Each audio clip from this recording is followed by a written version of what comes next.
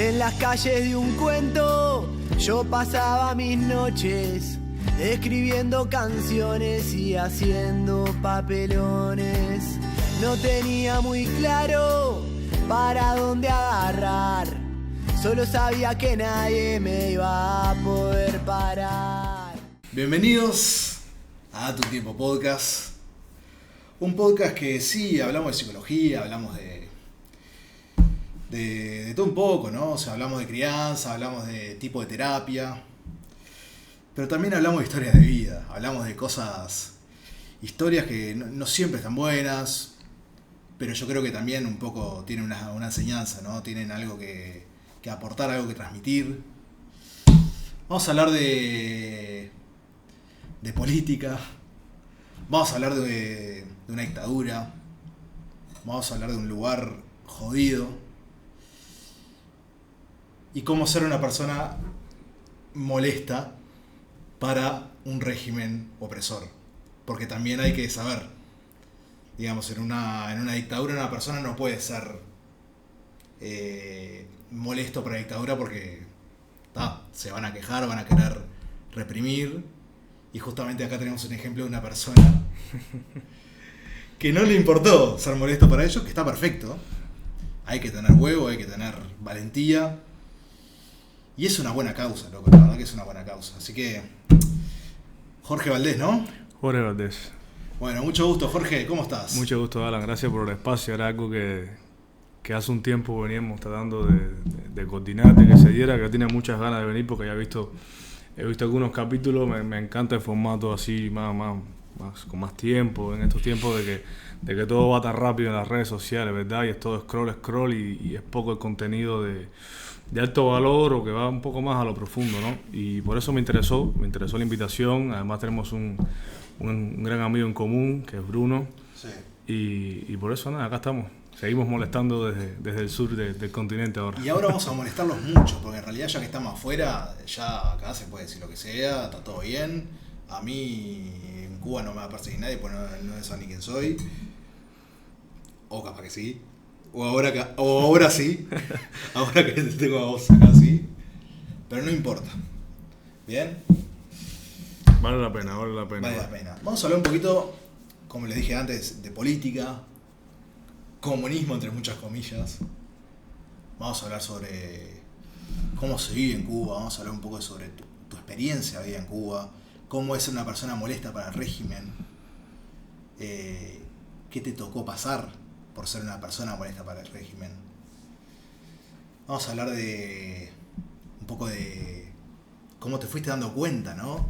De que Cuba no era lo único que había, aunque me imagino que también por la edad que tenés, que más o menos la misma que la mía, ya algo se sabía igual de lo que era afuera. La gente se iba, no sé, de gente que se iba a vivir a otros países hasta gente que se iba de vacaciones, los que podían obviamente no, pero algunos seguramente conocías.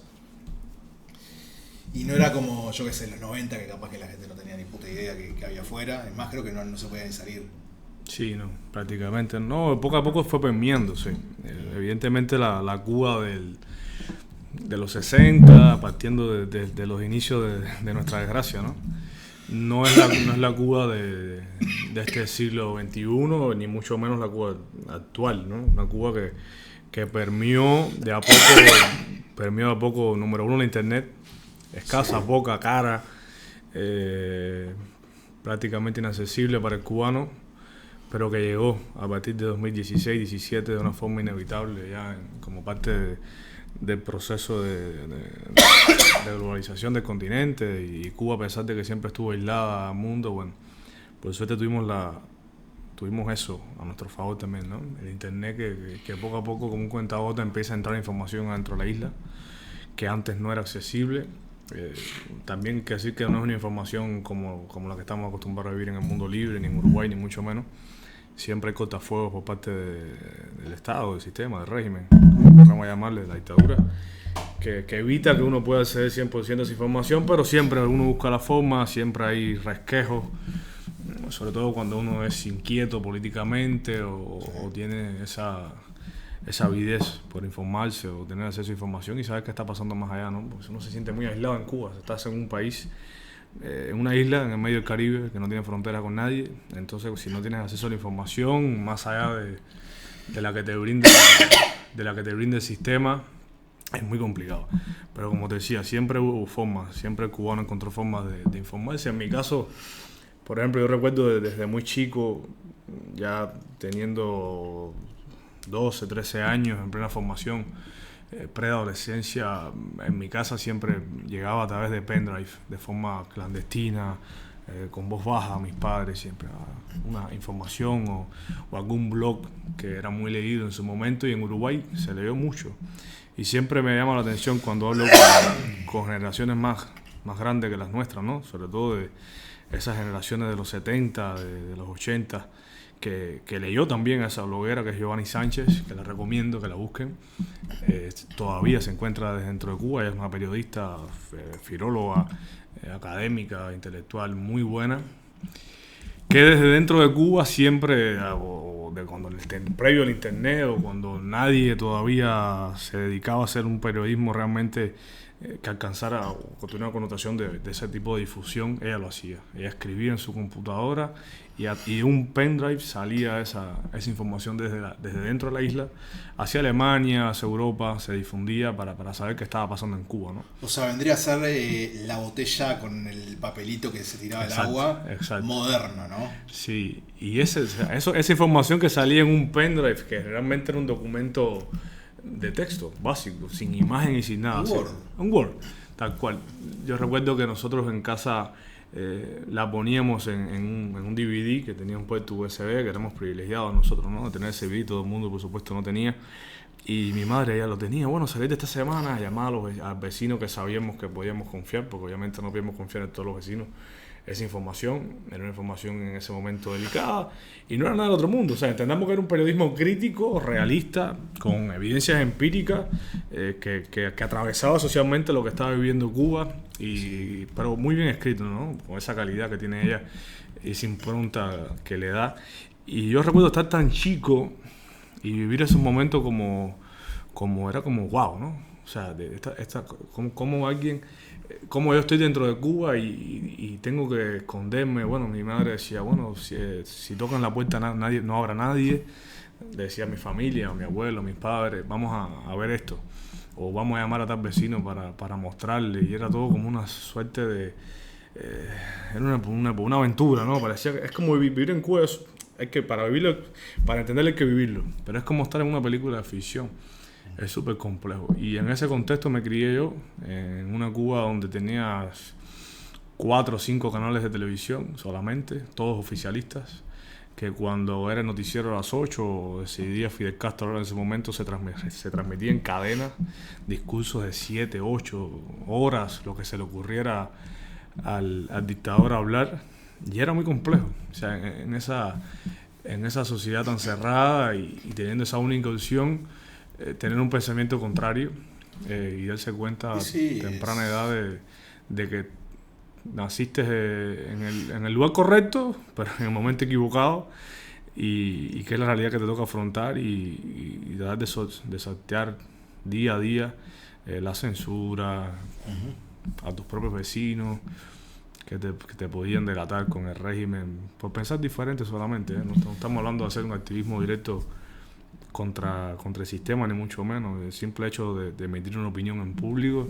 ya suponía que fueras marcado como un enemigo del Estado, y eso tiene consecuencias graves en mi país, por desgracia, todavía.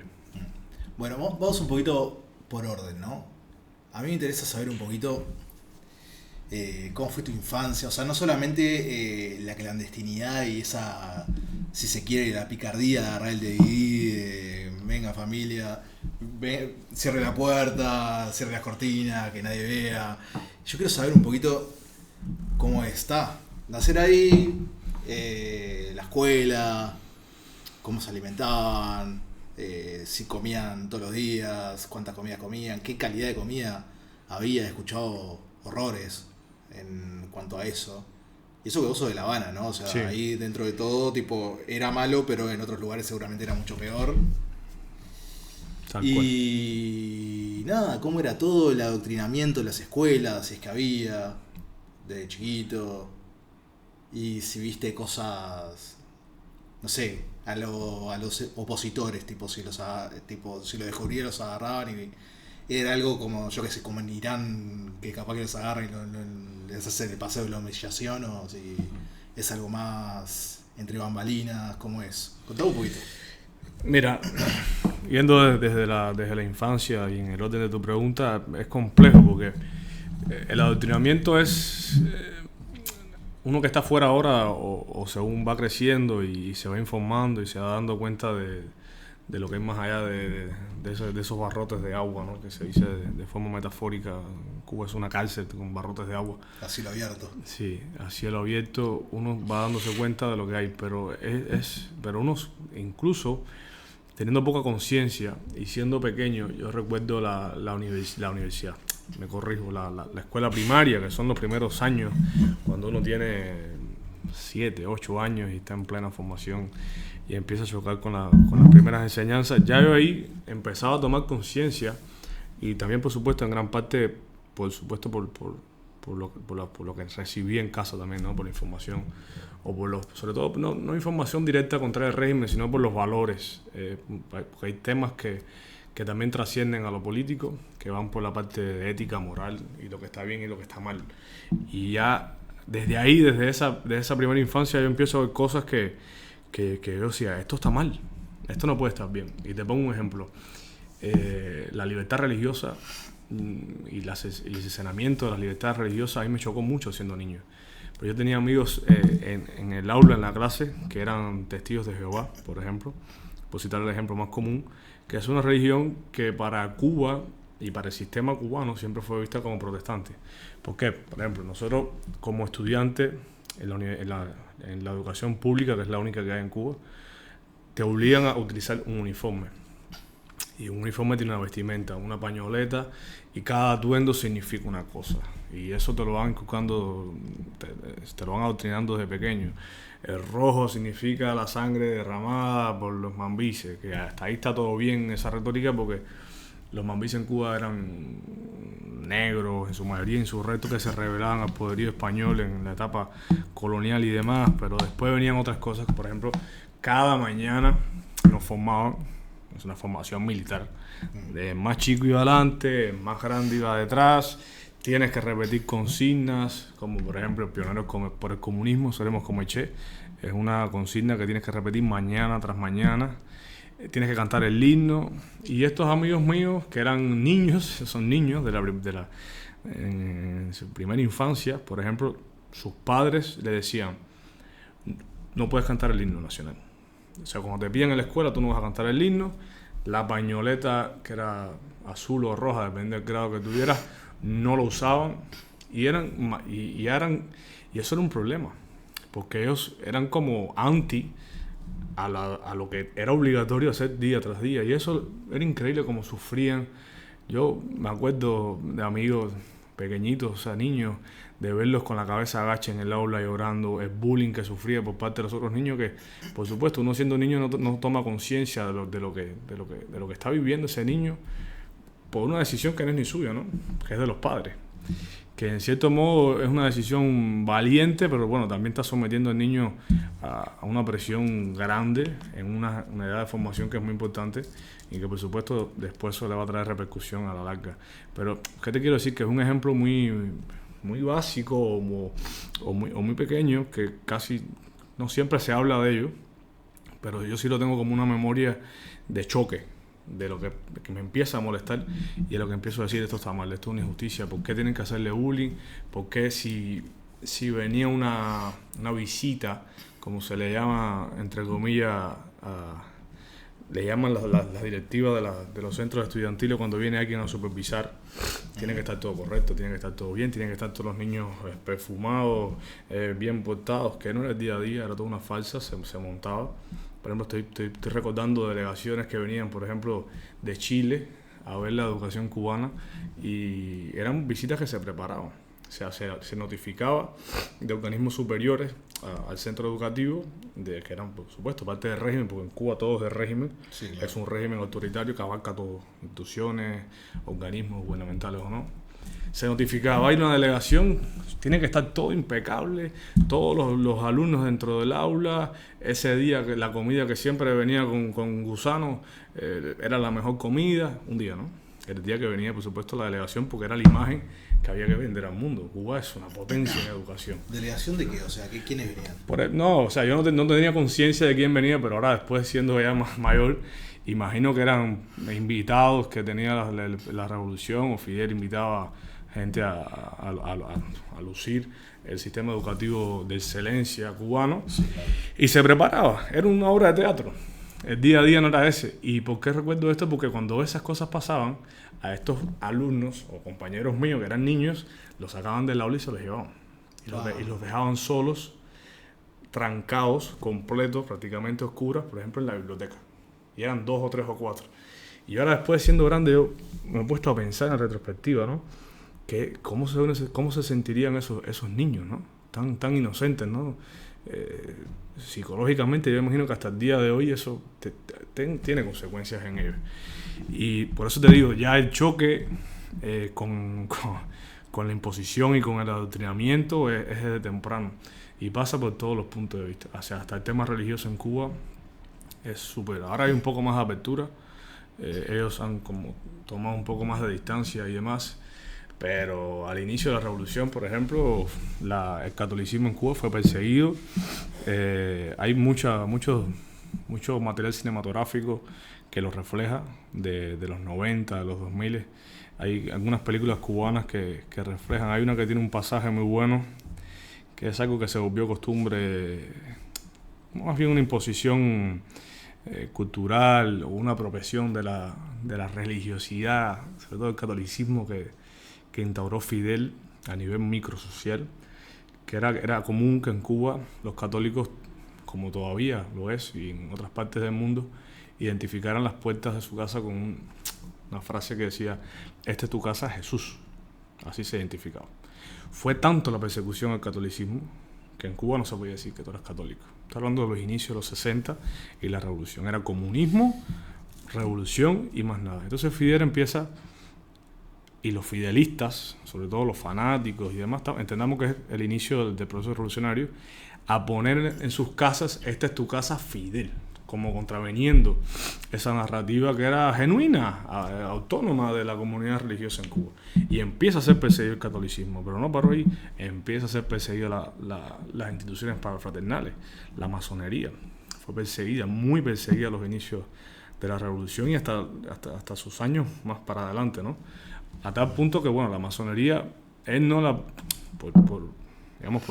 por su carácter discreto, discrecional, cómo se maneja la comunidad fraternal en Cuba, él no la pudo disolver, casi la logra disolver, casi. Y entonces lo que hizo fue, con esa mentalidad macabra, pero que para hacer cosas malas tenía, la infiltra, la logra infiltrar. Infiltra la masonería, infiltra el catolicismo, empieza a crear, ya cuando se da cuenta que no puede, como la frase: "Si no puedes con tu enemigo, únete a él", empieza a crear instituciones parafraternales, pararreligiosas, que son monitoreadas e infiltradas, y que todos sus jerarcas son parte de la seguridad del Estado. Sí. A ese control que habla George Orwell en su obra, así a ese nivel social, en el que cada cosa meticulosamente. Esa es la obra de Fidel Castro hasta el día de hoy, y es la cruz con la que cargamos los cubanos. Y por eso es la Santa Inquisición, o sea, mismo lo que pasaba con los judíos, creo que también los musulmanes en España, creo que no me acuerdo en qué año fue, no voy a decir porque alguien me va a decir: "No, está mal, este año no es", pero es tal cual. Entonces, vos ibas a la escuela, tenías a tus compañeros testigos de Jehová, que no se ponían el pañuelo, que cuando venían las visitas, digamos, las famosas visitas, los metían dentro del freezer, básicamente. Exactamente. ¿Qué más recordás? Mira, la infancia dura. Yo siempre fui privilegiado dentro de Cuba porque mis padres son luchadores, son unos valientes, siempre fueron contrarios al régimen. Por suerte, mi familia, que es algo raro dentro de Cuba, pero todas las generaciones mías, mi ascendencia, estoy pensando en mi abuelo, todo el mundo era contrario al régimen, o sea, nunca todo lo contrario. O sea, Pero más allá de ser bueno, obviamente, para el libre pensamiento y todo eso, ¿tenía alguna consecuencia buena viviendo ahí? Sí, no, yo siempre digo que esa era mi... Yo prefiero estar despierto que no... ¿Te tomaste la pastilla roja? Sí, la Matrix. Claro. Preferí la roja que no la azul, con las consecuencias que eso trajo, y si tengo que hacer el camino de vuelta, prefiero mil veces que sea... Pero vos hablas de privilegiado por tener la cabeza abierta, ¿o? Abierta, y que mi familia, por ejemplo, nunca trabajó para el Estado, y mis padres por el borde y siempre en la fina línea de estar un paso de ir preso, porque en Cuba cualquier cosa es un delito y quien incomoda al régimen lo pueden tipificar con un delito, como un delincuente común, por tal de sacarte del juego y que vos no me molestes, porque no me conviene tenerte interactuando en una comunidad, en una sociedad, porque eres un eslabón perdido que puede romper, digamos, el status quo, y eso no conviene. No, sin duda no. Y entonces esa retroalimentación era a nivel de hogar, desde muy chico. O sea, yo empiezo a retomar una conciencia política sin darme cuenta, ¿no? Obviamente, de lo que significa política, conciencia política en su momento, desde etapas muy tempranas. Porque yo llegaba al aula siendo un niño y mis padres me garantizaban, yo vestía bien, siempre estaba limpiecito, los championes, como si sacado zapatos en otros países. Para los que nos ven en otros países, mis padres con mucho sacrificio, peso, sobrepeso, pero siempre bien portadito, no me faltaba el refuerzo, la merienda y demás. Pero esa no era la realidad de mis compañeros. Si éramos 25, 20, 15, no tenían a veces. Llegaba la hora de la merienda, eso son cosas que son jodidas. 9 y 15 la maestra avisaba. Bueno, ya pueden merendar en el aula. Todos los alumnos sacaban su bolsita, no sé qué, y yo miraba para el del lado y el padre ese día no le pudo mandar, o no le mandaba nada, o le mandaba algo que era prácticamente incomible. Un pan que es malísimo, de mala calidad, porque lo probé el Estado, le ponían aceite de cocina, sal, y entonces yo sacaba mi comida, que no era nada extraordinario, pero para el contexto de Cuba sí, un pan con jamón, una fetita de queso, o un pan tostado con mantequilla y un refresco de cola, que era algo en Cuba impensado. Claro, y yo veía mis compañeros al lado, me miraban así, pobrecitos, como diciendo, ay, como si estuvieran viendo una cosa de otro mundo, y sufrían. Entonces siempre tuve eso eso es porque viene de mi familia, y es lo que te decía, que a veces la conciencia política se va creando a partir de valores y preceptos. Por eso es tan importante, siempre lo he dicho, la familia, que la familia siempre, por eso ellos la han atacado, por eso la han separado, porque la familia crea valores, la religión también te crea valores y preceptos que son enemigos a lo que te inculca el régimen. En Cuba desde muy chico, el régimen te quiere enfrentado, quiere que del lado lo veas como un enemigo constantemente o un adversario mínimamente, a cualquier etapa de la edad, y te pone a chocar desde el propio sistema. Pero yo no, yo siempre rompí ese esquema. Mi amigo no trajo merienda, yo partía mi pan en dos y le daba. Tenía los zapatos rotos y le hacían bullying y decía, oye, no importa, no le hagas caso, tú estás más lindo que él, o aquella muchachita, tú le gusta y este no, este es bobo. Yo tratando desde muy chico, tirar para arriba a la gente retrospectiva, o sea, de ese nivel micro, luchando con toda la imposición esa y todas las barreras económicas, culturales que imponía el régimen a los chicos, desde niños. Te ponen en una situación que, ya te digo, más allá de que Fidel Castro tuvo la idea de imponer el uniforme para tratar de aparentar una cierta normalidad, o que no se viera las divisiones de clase, porque a la vez que tú pones el uniforme siempre se veía. Se veía por los zapatos que usaban los chiquilines, que a veces estaban 3 años consecutivos con los mismos zapatos, o iban con un precinto, o tenían un hueco en la suela. Sí, claro. Y cuando llovía se les mojaban las medias, o no llevaban merienda a la escuela. Entonces esa era dura la realidad de ser infante en Cuba. Ya te digo, es duro. Tienes dos caminos, o retomas conciencia. Yo desde muy niño me acuerdo que lo odiaba todo. O sea, yo siempre odiaba la autoridad, he odiado porque generaba a ese nivel, ¿me entendés? Porque decía, ¿por qué no tiene comida?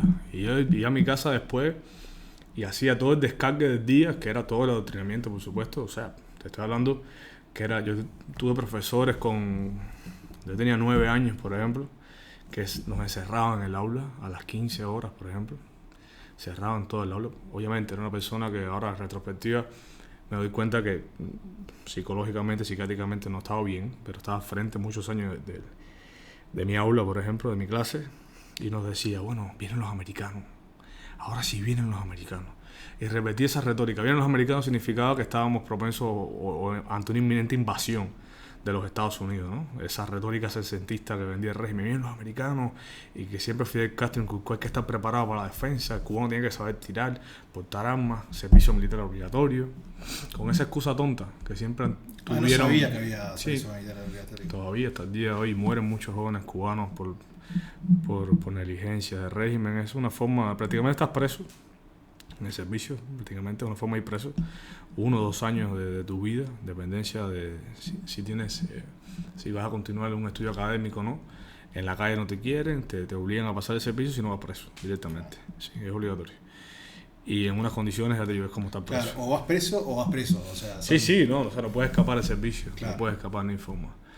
Y recuerdo de chico la profesora diciéndote eso, vienen los americanos, y yo, una etapa de mi infancia, estudié con una prima hermana mía, que todavía está en Cuba, y me acuerdo todos los niños llorando y llorando, todo el aula llorando. Esa imagen nunca se me borró de la cabeza. Todos estaban llorando porque venían los americanos. Y yo estaba así, y yo miraba a la profesora y con un instinto de odio, porque yo, siendo tan pequeño, yo sabía que era mentira lo que estaba diciendo ella. Porque no era la primera vez que pasaba. Yo llegaba a mi casa, hacía el descargo con mi madre, con mi padre. Mi madre se indignaba de una manera que a veces quería ir a buscar a la profesora y no sé qué sería capaz mi madre, porque mi madre tiene un temperamento fuerte, y mi padre decirle deja eso, y era como cuando yo llegaba, la escuela en Cuba era obligatoria. Eso es lo otro, la educación pública no es gratuita, es pública, porque el salario cubano no se paga salario, entonces si la pagamos nosotros, es pésima, es adoctrinamiento, y aparte te dicen, tienes que estar desde las 8 de la mañana hasta las 5 de la tarde. Cuando tú tienes un niño en formación, años, sometido a esa carga horaria, que después ya cansado, que los padres están haciendo la comida, que otras cosas, o sea, ese cerebro fresco, lo que está recibiendo años y años y años, es esa información. Son esos traumas. Te voy a decir una cosa que capaz que no tuviste en cuenta. En las sectas hacen lo mismo. Te someten a un cansancio mental y físico muy zarpado. O sea, muchas horas dedicarle a eso, trabajar gratis, comer poco y mal, cosa de estar malnutrido, estar cansado. Y uno está todo tipo, como que no puede pensar. Está malnutrido, está cansado, no puede pensar. Entonces yo creo que acá hay una similitud y no me parece casualidad, porque para meterte que nosotros somos los que estamos bien y los de afuera son los que están mal, estando mal adentro de Cuba. Y además te fabrican un enemigo, que eso te pone en un estado constantemente de alerta, y de que por más que quien te está oprimiendo, te tiene en esa situación, sea el malo, no lo ves como el malo, porque hay un enemigo más grande que está viniendo, que ya viene, que está ahí, y te tienen años así, viene. Y nunca va a venir. Nunca va a venir. Es una gran secta, lo que me está diciendo. Sí. Te hago una pregunta. Puede hacer ese paralelismo, es válido. Es válido. Después te voy a mandar el primer episodio de sectas que grabamos. Lo vas a escuchar y te van a sonar muchas cosas, estoy seguro. Escúchame, tu madre quería ir a decirle algo a la maestra, pero ¿qué hubiese pasado si realmente le decía algo a la maestra? Nada, porque en realidad la maestra tenía órdenes de arriba de decir eso. No, o sea, la maestra era una persona normal, en realidad era una persona, ya te digo, no era afín al régimen ni nada, era parte del oficialismo. Todo el que trabaja en el Estado de cierta forma se supedita al régimen, porque ya te digo, el control es micro. Esta persona responde a la directora del colegio, la directora del colegio responde al Ministerio de Educación y Cultura, de Educación, como se llama en Cuba, y el Ministerio de Educación en Cuba ya es un organismo público, es un organismo del Estado, es un organismo del régimen que tiene lineamientos y baja lineamientos. No es casual, no es que a la gente se le ocurría decir que vienen los americanos, o a la gente se le ocurría decir que a las 3 de la tarde de momento tenemos que hablar de Fidel Castro y leer la primera portada del periódico, todo el discurso, analizarlo y ratificarlo. Eso no eran ocurrencias particulares de los profesores, esos eran lineamientos que bajaban directamente desde los ministerios, Sí, así, arriba, bien verticalazo que daban ellos, esos verticalazos constantes. Y ese recuerdo lo tengo, de ver a todos mis compañeros llorando, en total desespero, niños, pobres, y yo estar despierto y sentir un odio tan grande, pero el odio que yo sentía no era tan siquiera ni a la profesora misma, era un odio más allá a lo que yo sabía, que es como algo etéreo que no veía, pero mi poca conciencia política, pero yo sabía de dónde venía. Aparte que venía de casa, por ejemplo, te decía, donde Fidel podía estar hablando 6 horas seguidas en cadena nacional, y mi abuelo prendía el televisor y veía las 6 horas de Fidel Castro en cadena nacional, pero eran 6 horas riéndonos, burlándonos, como es característico del cubano, que es una tema de idiosincrasia que nos juega a favor y en contra. La capacidad que tiene el cubano de reírse de sus desgracias es un tema que habría que estudiar a futuro, porque ya te digo, nos juega a favor y en contra, porque es como una forma de resiliencia o de algo malo buscar, no sé, reírnos de nuestras desgracias, pero eso nos juega en contra, porque al final eso hace que tú puedas sostener en el tiempo la mentira, la opresión, y no buscar cómo revertir tu realidad. Más allá de reírte, es como una suerte de resignación también, por cierta parte.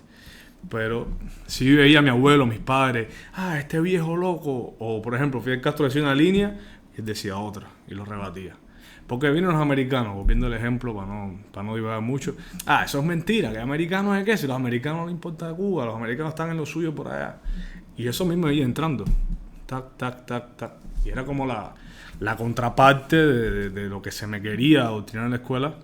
Yo cuando llegaba a mi casa era como una especie de exorcismo. Todo lo que me habían tratado de... Te sacaban los demonios. Me sacaban todos los demonios del comunismo macabro para afuera.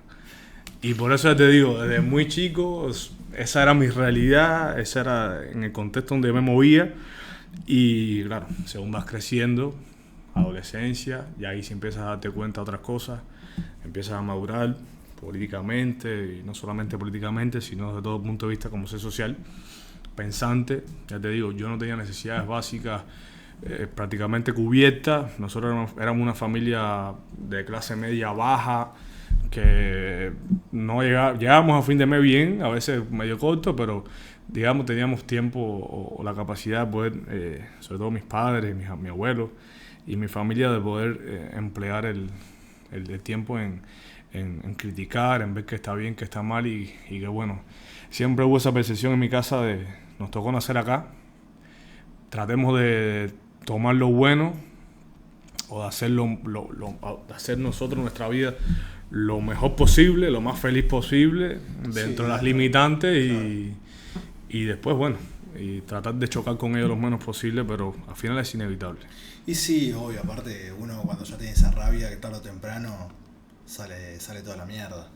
Entonces, bueno, te pasaba eso, vos por suerte, porque quieras o no, ese exorcismo que tenías cuando llegabas a tu casa estaba bueno, te servía para no tragarte la pastilla azul, justamente. Sí. No el Viagra, ¿no? La pastilla azul de Matrix. Comías, que eso estamos hablando justamente de lo que hacían las sectas, es Claro. agarrarte y que estés más nutrido para que puedas pensar poco.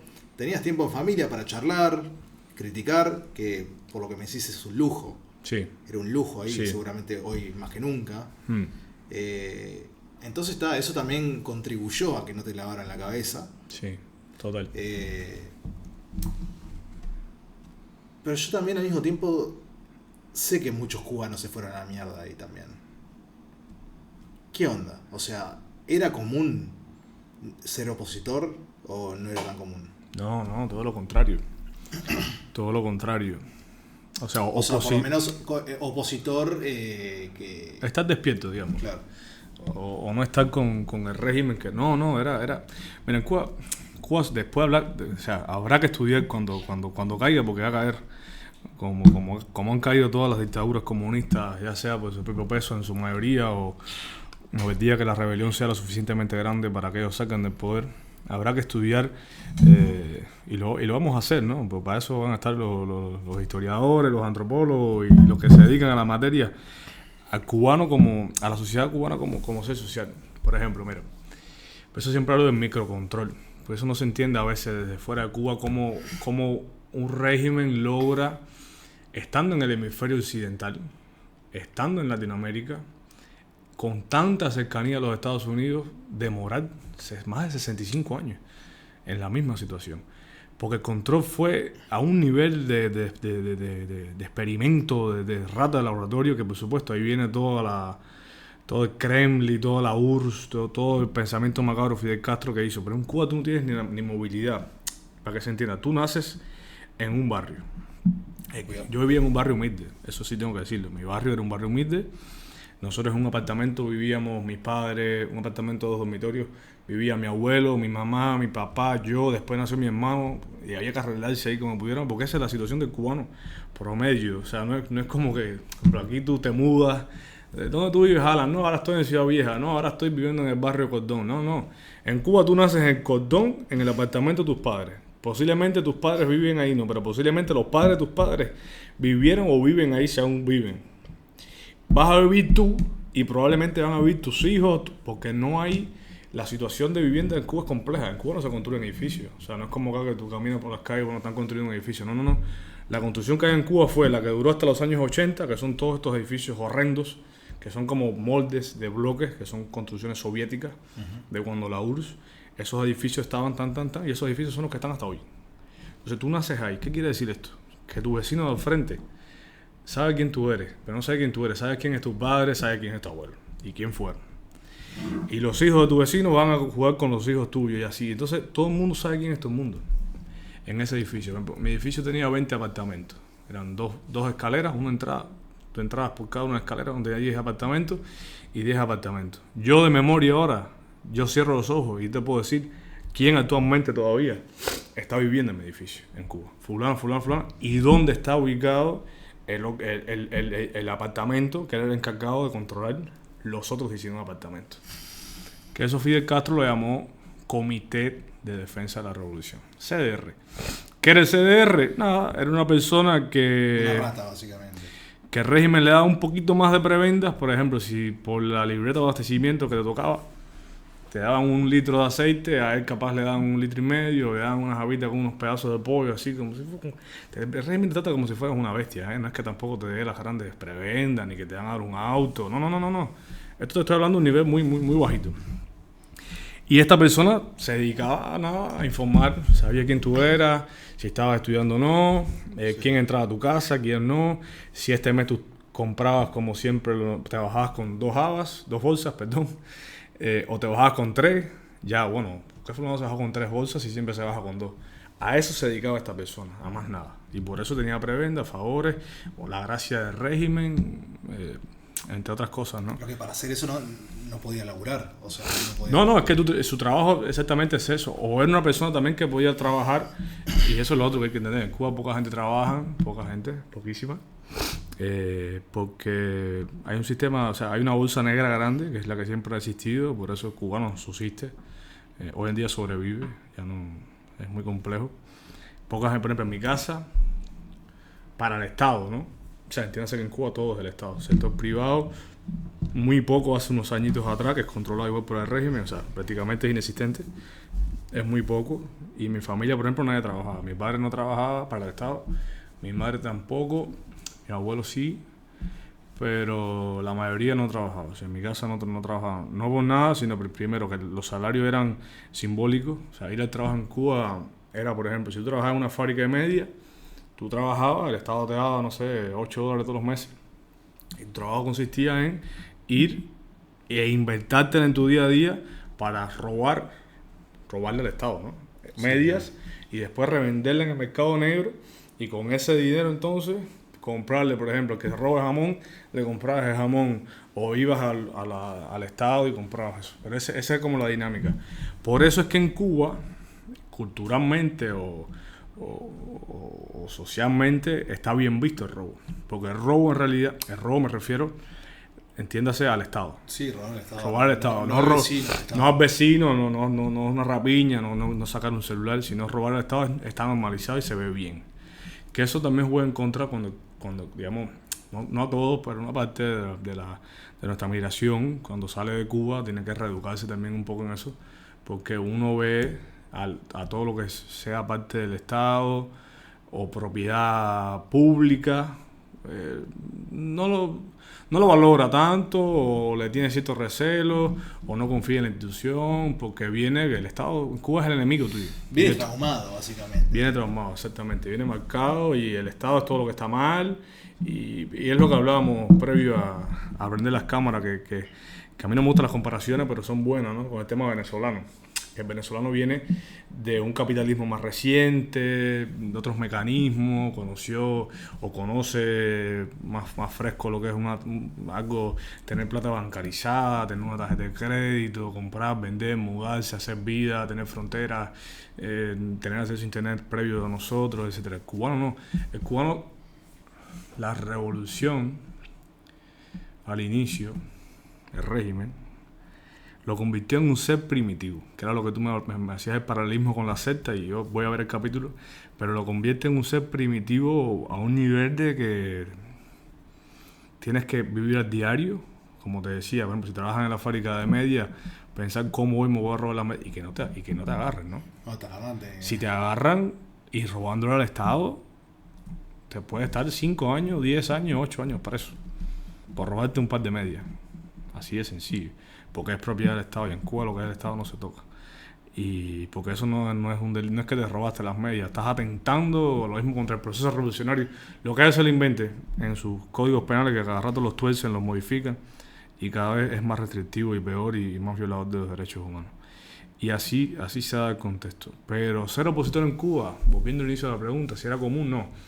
Todo lo contrario. De hecho, ellos lograron con una narrativa pensada, analizada, que vino, por supuesto, de las mentes retorcidas de la cúpula de todo el G2 cubano, que entiendes, el G2 cubano es como la seguridad de Estado, como decir la Gestapo. Lograron criminalizar o volver dos palabras que son tan nobles en el mundo entero, algo malo en Cuba, que son las palabras derechos humanos. Decir derechos humanos en Cuba, de siempre, ¿no? Cuando era chico, era una palabra que no se podía decir. O sea, tú no podías decir, no, derechos humanos, no podías decirlo. Por ejemplo, por ponerte un ejemplo, decía, no, fulano, o mengano, o aquel, no, ese no vayas a su casa, o ese muchacho, ese es Candela, está metido en los derechos humanos. Está metido en los derechos humanos. Así se decía. Y eso tiene una explicación, ¿no? Y yo después, fuera de Cuba, es que estudiando un poco y leyendo un poco autores cubanos y demás, me doy cuenta por qué surge, ¿no? Esa narrativa. Es que viene de la Declaración de los Derechos Humanos del 48, que ocurrió en París, donde Roosevelt, la primera dama del entonces presidente de Estados Unidos, y un cubano, casualmente, bueno, en la Cuba aquella que era con sus bemoles, pero una Cuba libre, hace lectura de la primera Declaración de los Derechos Humanos, que es la que hasta el día de hoy lo conocemos, que en aquel momento creo que ni se iba a llamar así, creo que se llama Declaración de los Derechos del Hombre, luego se modifica por Derechos Humanos. Y eso en la historia de Cuba, que la historia de Cuba, por supuesto, cuando Cuba caiga, la dictadura, hay que volver a hacerla, a rehacerla, porque la torcieron completamente, y eso es parte del adoctrinamiento que hablábamos de las enseñanzas.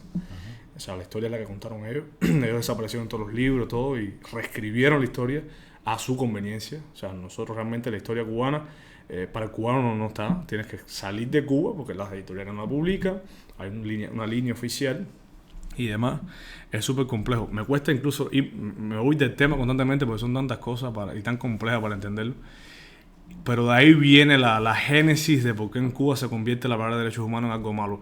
Porque es la visión occidental que viene posguerra mundial, segunda guerra mundial, que bueno, es la razón de ser de las Naciones Unidas, y en el año 48 que se logra llegar a un acuerdo de esa visión occidental de lo que constituía los derechos del hombre, y tratar de que eso atravesara la nación o las naciones, que fuera algo más universal y algo básico, ¿no? Como el derecho a respetar la opinión política del otro, aunque fuera contraria a la mía, aunque no fuera la mía. Entonces, son artículos básicos de la Declaración de Derechos Humanos, esa carta preciosa, que por supuesto no se cumple en todos lados, menos en Cuba. Y Cuba vio eso como, ojo, si esto entra acá, después de 60, esto no puede. Entonces, tenemos que tratar de que la palabra de derechos humanos sea una construcción social, cultural, que proviene del occidente, pero del occidente enemigo. Y ya teníamos el enemigo norteamericano, de histórico. Entonces vamos a adjudicarle esta palabra al enemigo. Y todo el que pronuncie la palabra de derechos humanos, o se atreva a nombrarla, o a querer estudiarla, o lo que fuere, es parte del enemigo. Entonces, si estás en los derechos humanos, o hablas de derechos humanos, y es increíble cómo ellos lograron, por supuesto, ya te digo, hablo de microcontrol y macrocontrol de modo social, de todo punto de vista, que como lo tenían, tuvieron la capacidad que con los años, Fidel Castro, con ese pensamiento, esa cabeza macabra que tuvo, de lograr ese objetivo. Y lo logró y lo cumplió. Te puedo decir una cosa. O sea, la primera pregunta es, esto que me decís, ¿no? De derechos humanos, la persona que estaba en eso era como que excluida, mal vista. Sí, totalmente segregada socialmente. Pero otra característica de las sectas. Exactamente. O sea, vos vas en contra de la ideología, criticás a uno de los líderes, como diría Milei, ¡afuera! Exactamente. ¡Afuera! Estás loco. Entonces, solo que era fuera literal, ¿no? No, sí, claro. A punto de que, bueno, Fidel Castro, cuando se vuelve algo más generalizado y ocurre la primera protesta masiva, grande, sin precedente en el proceso de su revolución, que ocurre en el 94, año en que yo nací, casualmente, que es el Maleconazo, es la primera protesta masiva que ocurre en La Habana. Él decide abrir las fronteras cubanas por segunda vez, ¿no? Había ocurrido en el 80, en lo que se conoció como el Mariel, y luego en el 94 que se conoció como el Maleconazo, que Fidel Castro dijo, bueno, ahora que se quiera ir, que se vaya. Con la revolución todo, sin la revolución nada, el que esté fuera del proceso o hay preso, o se tendrá que ir. Abre la frontera y todo el mundo comienza a salir en una especie de balsas o embarcaciones rudimentarias que hasta el día de hoy están en museos de la diáspora nuestra en el exilio de Miami, que autos vueltos lanchas, embarcaciones, ese invento que ha tenido el cubano, que hablábamos de esa resiliencia, esa capacidad de reinventarse con tal de no confrontar al régimen, ¿no? Hemos sido capaces de lanzarnos al mar y morir, ¿no? En el estrecho de la Florida, cruzando hacia los Estados Unidos, hacia Miami. Y él logró eso, ¿no? O sea, el afuera, que tú te referías, ¿no? Dijo, bueno, el que no está acá tiene que se va. Abre la frontera y era tal el desespero en los años 94, no teniendo Fidel Castro y el régimen ya el apoyo de la Unión Soviética, antigua Unión Soviética de Rusia, a partir de la caída del muro de Berlín y demás, Gorbachev y todo lo que pasa, les retiran los apoyos financieros que tenía Cuba. Cuba no produce nada, nunca lo produció, siempre vivió de la teta de regímenes, de símbolos comunistas o similares hasta hoy. Pasó con Venezuela después, está pasando con México ahora. Y estamos alertando a los hermanos mexicanos también, porque los venezolanos nos decían Venezuela no es Cuba, y hoy México dice que México no es Cuba ni Venezuela, y van camino a eso, porque ellos, para eso sí, Cuba tiene pocos recursos y no produce, pero en cuanto a inteligencia son muy buenos para hacer el mal, por desgracia. Terrible.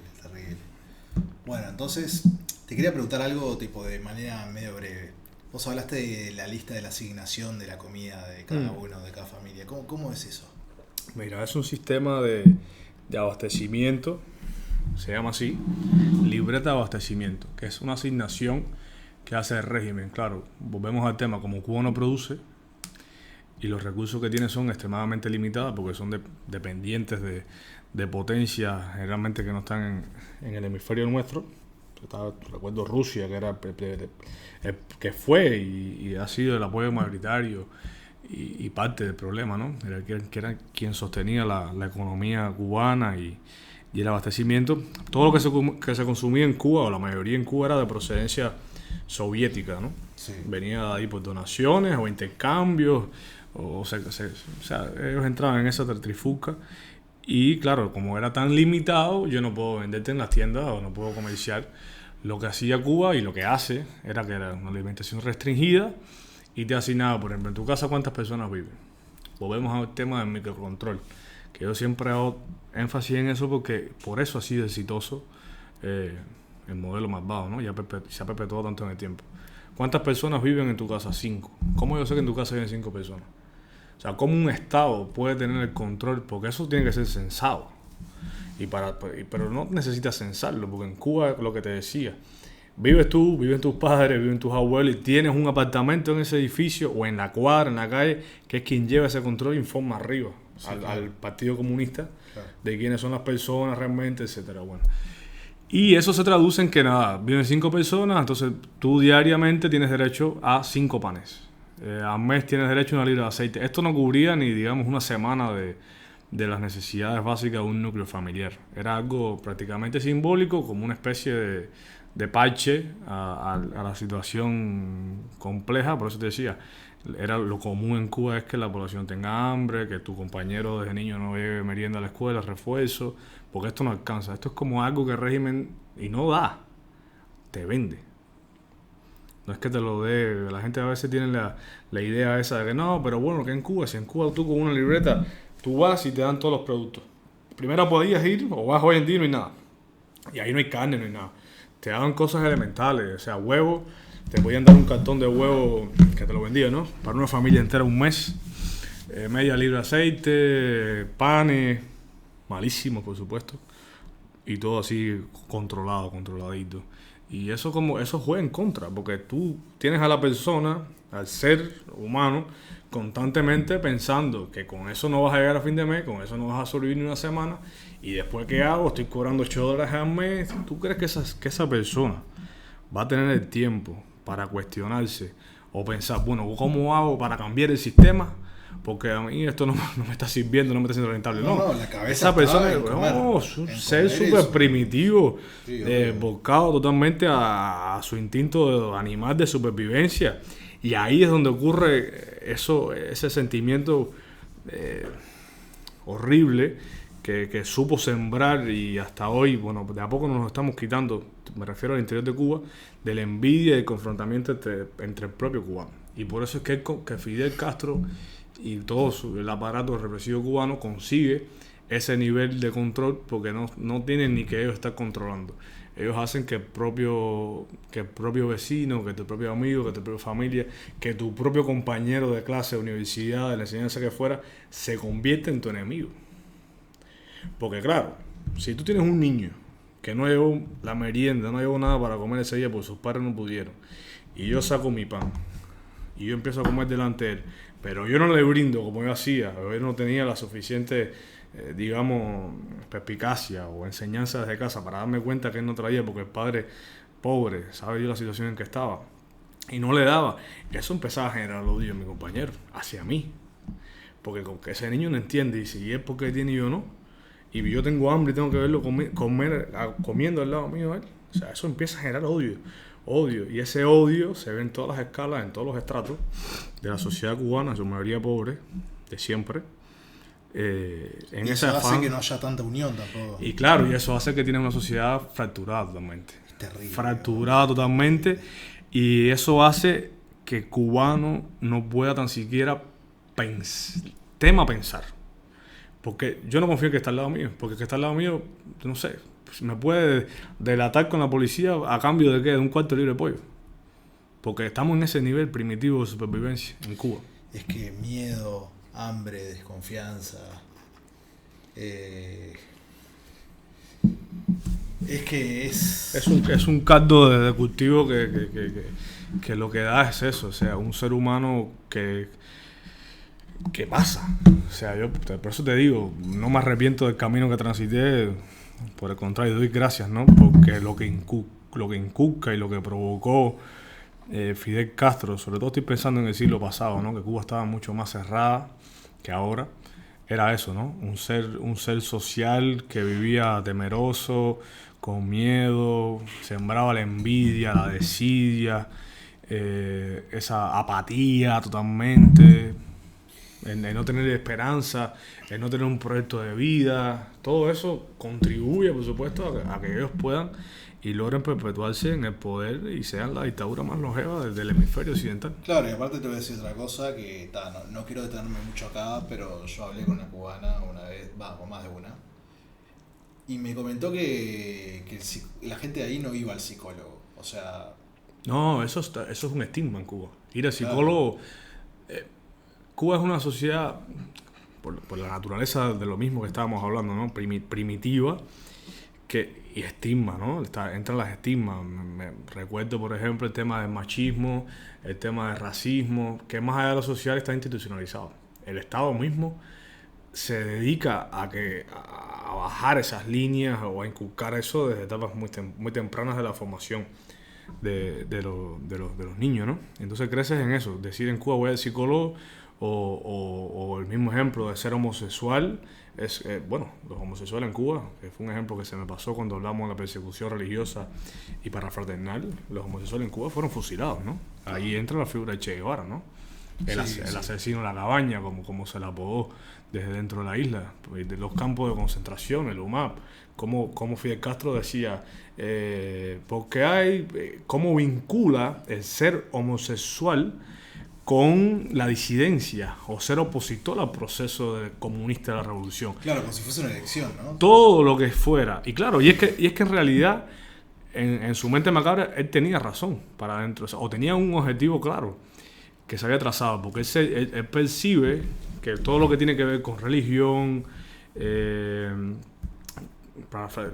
hablábamos de la masonería, o en el caso del homosexual, que él lo veía como una rebeldía, algo contrario. ¿Cómo se va a vestir así? Tú tienes una sociedad que el hombre use pantalón ancho, camisa de cuadro, los estudiantes se visten de la misma forma. Un campo de concentración de 11 millones de personas, básicamente. Es que no te quita también un poco la individualidad.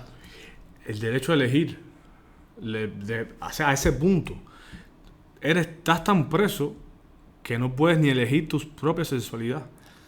Es que vas a tener que mirar este video porque te juro que te vas a dar cuenta que viviste en una gran secta. Es una locura, pero... Y eso, bueno, eso viene primero prácticamente... Es una política de Estado, se baja como una política de Estado, esos verticalazos que daban ellos, a partir del adoctrinamiento, de los discursos, del acaparamiento de todos los medios de difusión y demás, y luego lo vuelve un tema cultural, ¿no? Con el paso de los años. Cosa que la propia sociedad, por supuesto, se va a volver machista, se va a volver racista, y los que estamos adentro a veces no nos damos cuenta. Cuando estás adentro te das cuenta porque eres parte del problema. Claro, es que está naturalizado, no hay otra cosa, no hay otra manera de verlo. Y es un tema mayoría. Es muy difícil. Si el ganado entero está yendo para ahí, ¿por qué me voy a descarriar? Si sé que si me descarreo lo más posible es que me sacrifiquen, ¿me entiendes? Entonces, voy preso o te tachan, entonces pierdes amistades, pierdes familia. Yo conozco familias que se dejan de hablar, amigos que son amigos de 10 años y dejan de ser amigos y así. Entonces, el precio que se paga es alto y generalmente cuando la mayoría va por un lado, tú dices, bueno, capaz que está mal soy yo. Esto es lo normal. Es que no te conviene ir para el otro lado. Además que no te conviene. Y son pocos los que, bueno, ahora son muchos más, por suerte.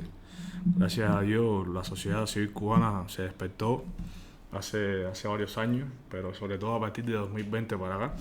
2021 una protesta generalizada en toda Cuba, que eso en Uruguay se habló mucho en prensa, en televisión, hemos hecho documentales. Por suerte el Parlamento uruguayo se solidarizó mucho con la causa cubana, se emitieron comunicados y demás. O sea, Cuba despertó, ya el mundo sabe, ya permeó con el internet, siendo poco, ¿no? El que no quiera decir que en Cuba lo que hay es, se han escrito muchos libros, hay mucha información, ya está todo tan a la vista que el que no quiera decir voy para atrás es por necesidad o por conveniencia. Pero no me digan que puede ser que sea por información o por ignorancia, porque esto está todo tan a la vista. Es que yo creo que es poca gente, poca gente la que hoy en día, por lo menos de afuera de Cuba, poca gente la que defiende tipo realmente Cuba. ¿Vos decís que es mucha? No, si fuera poca gente yo creo que ya no sé si hubiera caído el régimen, porque eso es muy difícil ponerlo en perspectiva, pero no es la percepción nuestra. No es la Yo no creo tampoco que, por más que todo el mundo lo que condene el régimen de Cuba, no pasaría nada. Hay mucha gente que compró igual, ya te digo, mucha gente que compró la narrativa, la retórica y la propaganda que vendió Fidel Castro, muy bien vendida, ¿no? En el 60. Pero no vamos muy lejos, estamos en Uruguay, uno de los países con el índice democrático más alto de la región, si no es más alto. Ahí está disputándose el primero y el segundo puesto con Costa Rica, por ejemplo. Una sociedad que viene de una dictadura reciente, se puede decir, viendo en perspectiva. Una sociedad democrática, una sociedad que vivió y le golpeó la Guerra Fría. Una sociedad donde Cuba y el proceso revolucionario de Cuba tuvo peso y forma parte de la historia de este país. Y tú dirías, Uruguay, con todo eso, habiendo, no vayas tan lejos, en el año 95 se recibió a Fidel Castro con bombos y platillos acá en Montevideo. Sanguinetti, que después, años más tarde, en su columna de Correo los viernes se arrepintió o hizo mea culpa o lo puso en perspectiva de otro, o le preguntas hoy y por supuesto te dice con todas las letras que Fidel Castro era un desgraciado, que la dictadura y demás, pero no hay que ir tan lejos. Y ves socialmente, yo me encuentro con gente que la defienden todavía.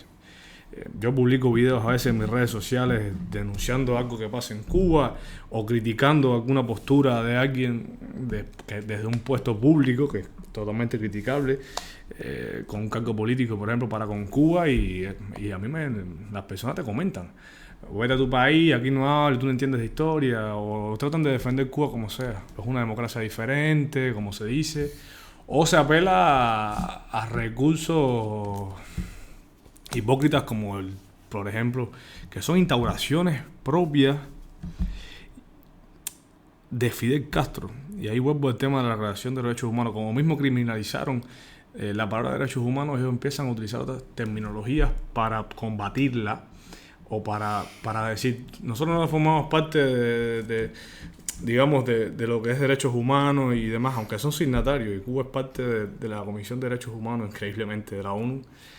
Eso es algo inaudito, pero bueno, eso ahí entran otras cosas en juego.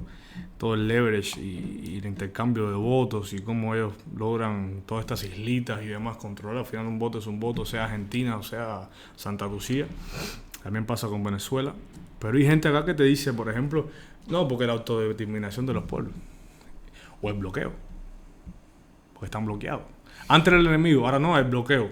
Es que Entonces con eso te dice, y vos puedes esgrimir, oye, mi hermano lo mataron en la calle a tiro, oye, mi primo tiene 30 años por salir a protestar pacíficamente, pero el bloqueo, o te sacan la discusión del hemisferio, te dicen, pero China. Nosotros hemos tratado, Uruguay tiene tratado de comercio, o los políticos que defienden Cuba desde acá, tienen tratados de comercio con China, compadre, pero no me lleves para China, si es otro hemisferio de cultura. Somos latinoamericanos, tienes una dictadura en el medio de Latinoamérica, en el medio del Caribe, flotando ahí.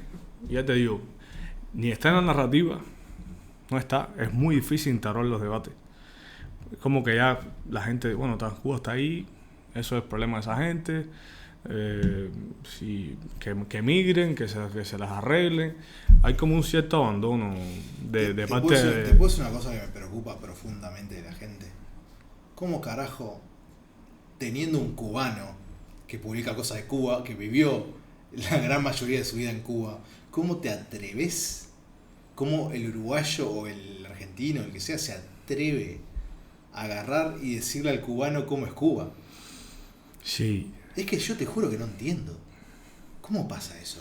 Porque es la percepción individual de cada uno, es como... Pero, a ver, yo como psicólogo, ¿no? O sea, yo tengo clarísimo que si tengo una persona que tiene un trastorno que yo no tengo, o sin ser trastorno, o sea, tiene su propia individualidad, yo no puedo saber lo que siente la persona. O sea, sí puedo tener una idea, sí puedo tener una hipótesis, sí puedo tener empatía, pero si una persona está con ganas de suicidar, yo no puedo, o sea, yo cómo le voy a decir a la persona cómo sentirse. Acá es lo mismo. Si vos venís de Cuba, ¿qué carajo tiene que decir un uruguayo de cómo es Cuba si lo estás diciendo vos?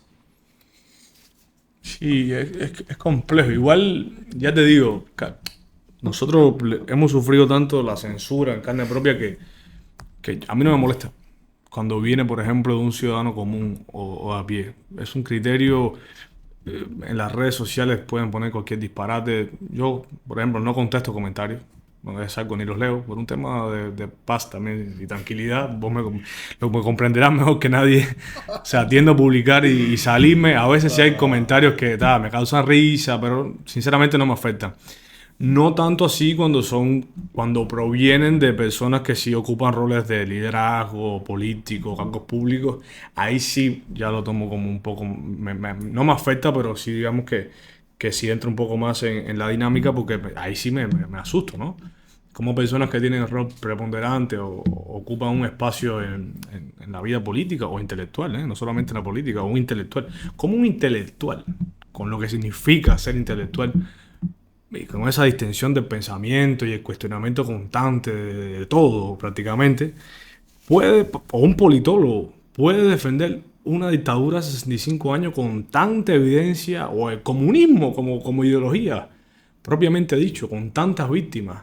O cómo puede obviar que jamás mató a 200, no sé, si tiene rehenes y entonces te sacan la discusión por otro lado. No, hay que ir a la génesis de las cosas porque están en la tontería.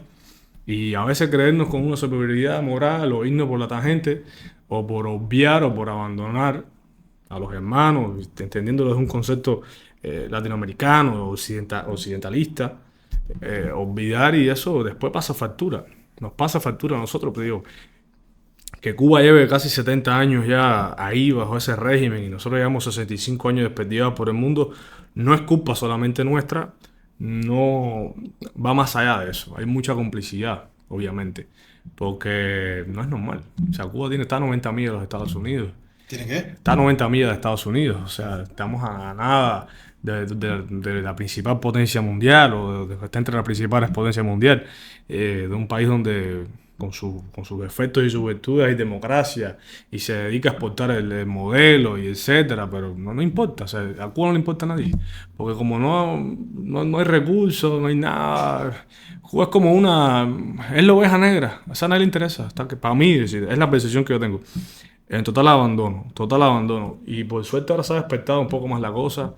También nosotros tuvimos mucha culpa porque también nos quedamos callados sin protestar muchos años y optamos por migrar. A veces preferimos la muerte antes que enfrentar el régimen. Era el ejemplo que hablábamos de los tantos miles de cubanos que han cruzado el estrecho de la Florida y los tantos que han muerto ahogados en el mar o comidos por tiburones antes que enfrentar al verdadero enemigo, que es el régimen cubano, ¿no? Pasa que, a ver, yo lo veo de afuera y digo, o es una muerte opcional, que es la de los tiburones, que puede pasar como no. O sea, puedes tener suerte y poder cruzar. Pero vos que sos psicólogo, yo te hago la Pero pregunta. pará, escuchame. Antes que se olvide, ¿cómo tú me explicas que una persona pueda preferir morir antes de ir preso, por ejemplo? O antes de tratar de buscar una solución alternativa desde tu propia realidad, ¿cómo prefieres prácticamente una muerte segura, porque se han ido? ¿Sabes lo que es una cámara? Está ¿cómo es que le dicen acá? Las cubiertas de los autos, en un camión grande. Ahora creo que muchos vienen sin cubierta, pues, la cubierta sola, pero antes adentro viene como una cámara, de que eso flota, ¿viste? Sacaban eso y en esa cámara con un palo se iban la gente 90 millas. Y obviamente no llegaban, quedaban en medio, se ahogaban o morían de deshidratación, de insolación. ¿Cómo tú puedes preferir someterte a eso antes de cambiar tu propia realidad desde tu país o enfrentarte a lo que te toca? Bueno, como psicólogo te lo puedo responder. Si vos me decís que están todos en modo supervivencia, que viven el día a día, menos van a saber que... O sea, ¿cómo iban a saber que no...? A ver, por algo se subían ahí y iban para Miami. Porque pensaban que iban a llegar a Miami.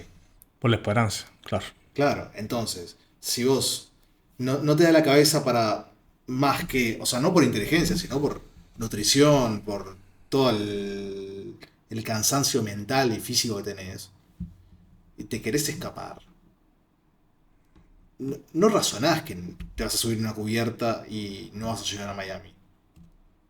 En tu cabeza llegás, y si no llegás, bueno, está, yo qué sé, mala suerte. Pero yo no creo que hayan considerado, bueno, me estoy suicidando. Está duro igual. No, es terrible. Pero Sí, sí, no, para estoy darte de cuenta acuerdo. de lo que vos te diste cuenta, hay que usar la cabeza y hay que poder usar la cabeza. Hay que poder tener el cerebro funcionando en ese momento y yo, en la realidad que vos me escribís es muy difícil. Sí, sí, muy, muy, muy difícil. Vamos a las protestas. Jorge, estudiante de medicina, Cuba, La Habana. Contame un poquito cómo comenzó todo, porque estamos hablando de unas protestas que vos tuviste mucho que ver, por lo que me habías comentado, o por lo que entendí yo por lo menos. ¿Qué protestas eran? ¿Por qué fueron? ¿Cuál fue tu rol? Las amenazas que te vinieron. ¿Qué onda? Mira, nosotros la educación universitaria, en el caso de la carrera de medicina, Cuba otorga como unas ciertas becas que le vende a estados africanos, latinoamericanos y demás. Que hay de dos tipos, ¿no? Una que es paga, que vos como estudiante, por ejemplo, de medicina, puedes ir y pagarte una residencia en Cuba a un costo un poco más barato y por eso vas a Cuba, o a lo mejor la pagas igual, pero vas tal vez comprando el mito de que en Cuba la educación es magnífica, es todo lo contrario, y después otro día hablaremos de eso, porque eso tiene para largo también. O tienes la otra parte que son estudiantes que vienen de contextos difíciles, donde, por ejemplo, sea tu ejemplo, República del Congo, es una dictadura, no hablo del Congo democrático, sino del otro Congo, Angola, Sudáfrica, de todos tipos, ¿no? Que son estudiantes extranjeros que vienen y ellos tienen un estipendio que su propio estado de origen les da mensualmente para que ellos estudien, porque después cuando ellos retornen a sus países, ellos van a proveer ese servicio y ellos como estados necesitan la formación de médicos porque ellos no pueden proveerla, porque no tienen la capacidad o no tienen el sistema educativo, ¿no? Y Cuba ahí entra y también eso influye como parte de la propaganda y somos los mejores y demás. Claro, eso se empieza a desmoronar porque, como te decía, desde el retiro de los recursos de la Unión Soviética en Cuba, como cae la alimentación, cae la cultura, cae el deporte, porque donde no hay plata, donde no hay alimentación, no hay nada, porque eso influye en todo, también cae el sistema educativo y la calidad del sistema educativo en Cuba. Entonces ellos empiezan a entrar a Cuba, desde, bueno, en Cuba fueron a estudiar medicina muchos, de hecho, de Uruguay no se escapa de eso también, hay muchos médicos Sí. formados acá, y políticos también que se han formado en Cuba y demás. Pero Sendik. sí, sí, sí. Bueno, ese no se formó, ese dijo que se formó. Pero no, piensa en otro, ¿no? Hay senadores, creo que Cristina Lustenberg se hizo médica en Cuba y algún otro por ahí que ahora se me escapa. Pero estos estudiantes venían, pero eran estudiantes que hablaban inglés, hablaban francés, culturas totalmente opuestas a las nuestras, fenotípicamente eran distintos, de todo, todo culturalmente, tenían todo ese impacto. Y claro, ellos llegaban, los muchachos jóvenes, la pasaban mal, muy mal. Primero por el propio cubano, que eso, que los discriminaban, estaba la xenofobia, que se olían fuerte, porque no se bañaban. Pero claro, ellos estaban viviendo en un lugar hacinados, que era lo que proveía el Estado cubano. Su gobierno de origen le daba un estipendio, $200, ponerle $150, $50, para que vivieran el mes, se compraran sus cositas y demás, y habían pasado varios meses y ellos no estaban recibiendo eso. Y con ese dinero que ellos estaban, comían, se compraban sus cosas elementales, ¿no? Dejaron de recibir eso y quedaron en un Pará, pero ¿por qué dejaron de recibirlo? por negligencia de sus gobiernos de origen, en realidad. Estaba hablando de los africanos. Sí, sí. Bien. Ahí está ajeno, el Estado cubano está ajeno a esa gestión. Entonces, claro, ellos empiezan a verse en esa situación, hacinados, porque las condiciones que proveía el Estado cubano en el campus donde ellos vivían y demás, que era cerca de mi universidad y cerca de mi barrio donde yo vivía, se complejizó mucho. Ya yo los conocía mucho, eran mis amigos, hermanos de la carrera entera. Medicina es una carrera que tiendes a confraternizar mucho y a ser prácticamente familiar porque, bueno, estás cercano a la muerte constantemente, con los pacientes, duermes, haces guardia. O sea, tengo muy buenos amigos en Angola, tengo muy buenos amigos en el Congo, en todos lados, por suerte. Tengo amigos presos que van a entender por qué ahora. Y ellos dejan de recibir este estipendio y su situación se agrava, era insostenible. Ellos iban a la escuela y ellos me confesaban, algunos a mí. Yo domino un poco el inglés porque desde temprano mis padres, por suerte, Me acercaron mediante escuela, forma privada. Por si invadían los americanos, Exacto, a sí, veces, sí, para ¿sabes? decir, por favor, a mí no, yo voy con ustedes. ¿Sabes por dónde venían los tiros? Y yo me comunicaba con ellos, no sé qué, y ellos, claro, estaban avergonzados totalmente porque olían mal, no se estaban bañando, no estaban comiendo.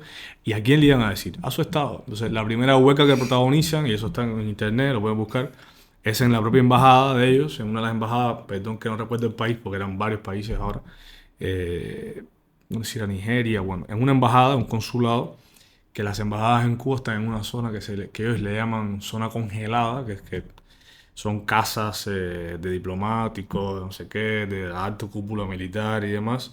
Y ellos hacen una sentada. Mira qué pacífico, qué normal, qué civilizado, ¿no? Pero qué raro para mí o para la clase estudiantil en Cuba, para la sociedad toda. Hacen una sentada a forma de protesta. El reclamo era conciso y rápido. Era, por favor, páguennos, porque de contra que estamos en Cuba, que esto desvía miseria acá, encima no nos van a pagar, es muy complejo. Bueno. Esa primera demanda, el Estado cubano prende todas las alarmas y dice, oh, esto no puede volver a suceder porque los cubanos están mirando. Si se puede protestar, bueno, vamos a protestar todo el mundo, ¿me entiendes?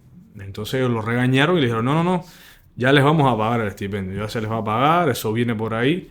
Eso no pasó. Ocurre una segunda protesta más grande que se originó en donde ellos dormían, en su residencia. Y Cuba ahí sí intervino y ellos fueron reprimidos de un despliegue policial grandísimo. Entonces yo estudié en esa universidad, el campus era cerca y mi casa era cerca. Yo vivía cerca donde estaba la universidad y donde ellos vivían. Y yo me enteré por redes, ya ahí había un poco de internet en Cuba, empiezan a salir todas las noticias en la BBC, en todos los medios de prensa independientes, videos, y cuando empiezo a ver aquello, claro, estaba viendo a mis compañeros de años enteros.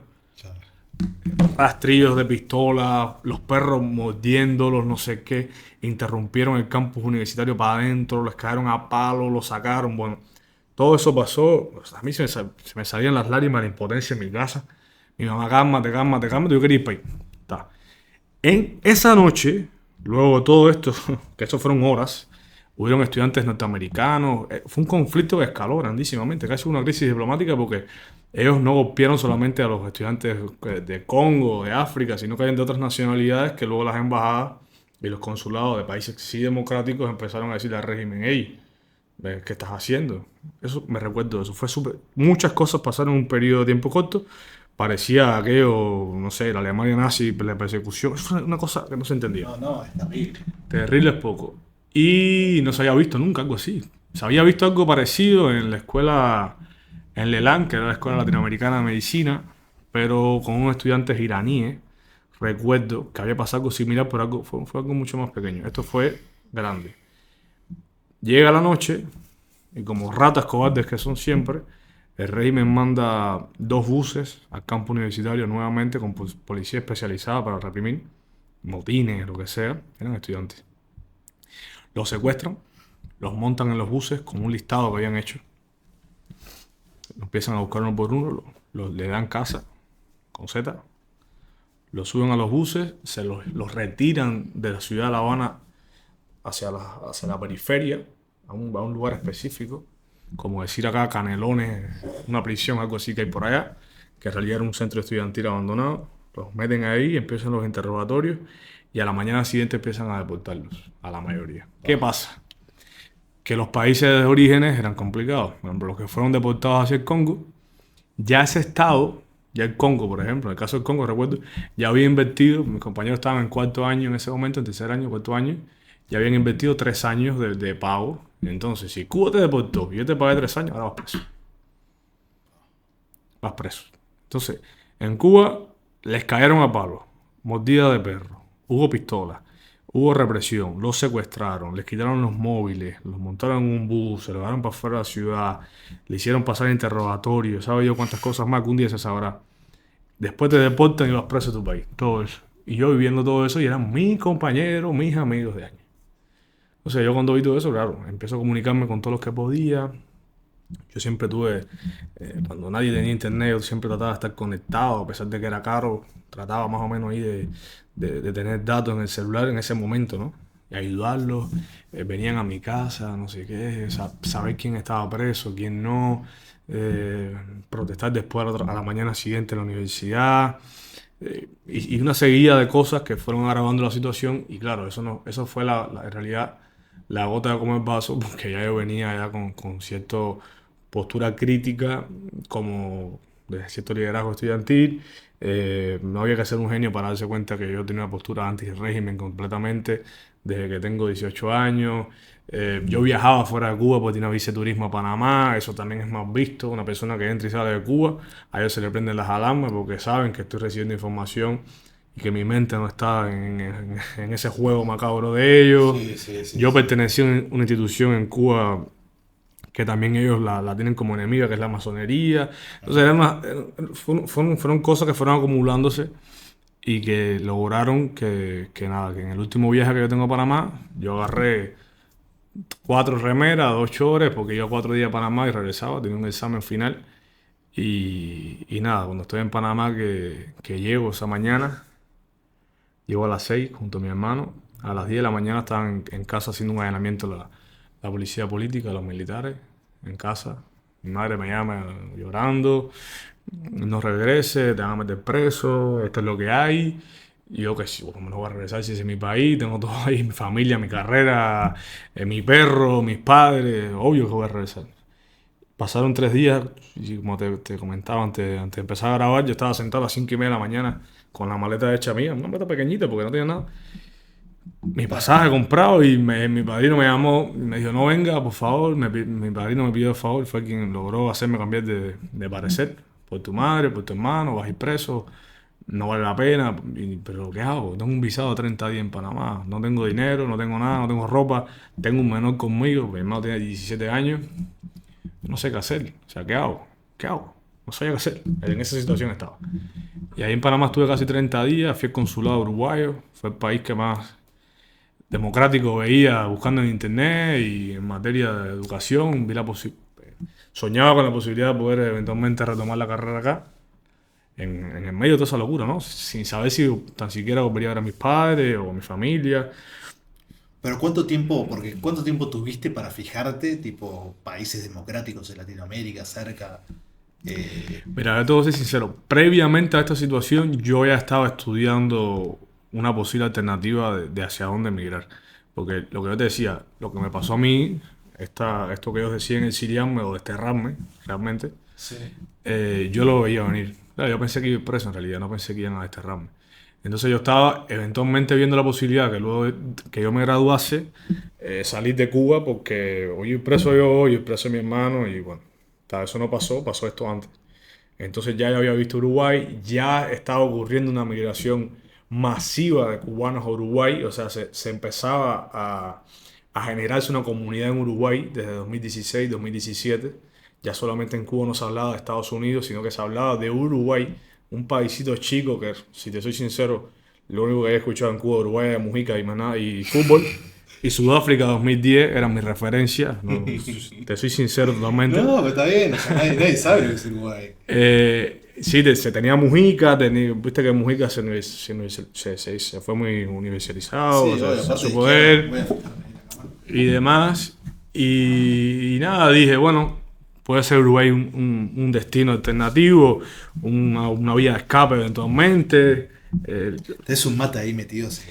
Yo le decía a mi vieja, vamos, capaz que tramitamos un visado para Uruguay y lo dejamos guardado ahí, por si las cosas se calientan y hay que salir huyendo. De momento salimos por ahí, pero pensado a largo plazo, de forma ordenada y demás. Entonces ya había investigado un poco Uruguay, había hablado con algunos cubanos que estaban acá, había intercambiado, si la memoria no me falla, algún correo con Bedelía de la facultad de medicina pidiendo algunas informaciones. O sea, no fue que se me ocurrió en Panamá el destello de Uruguay.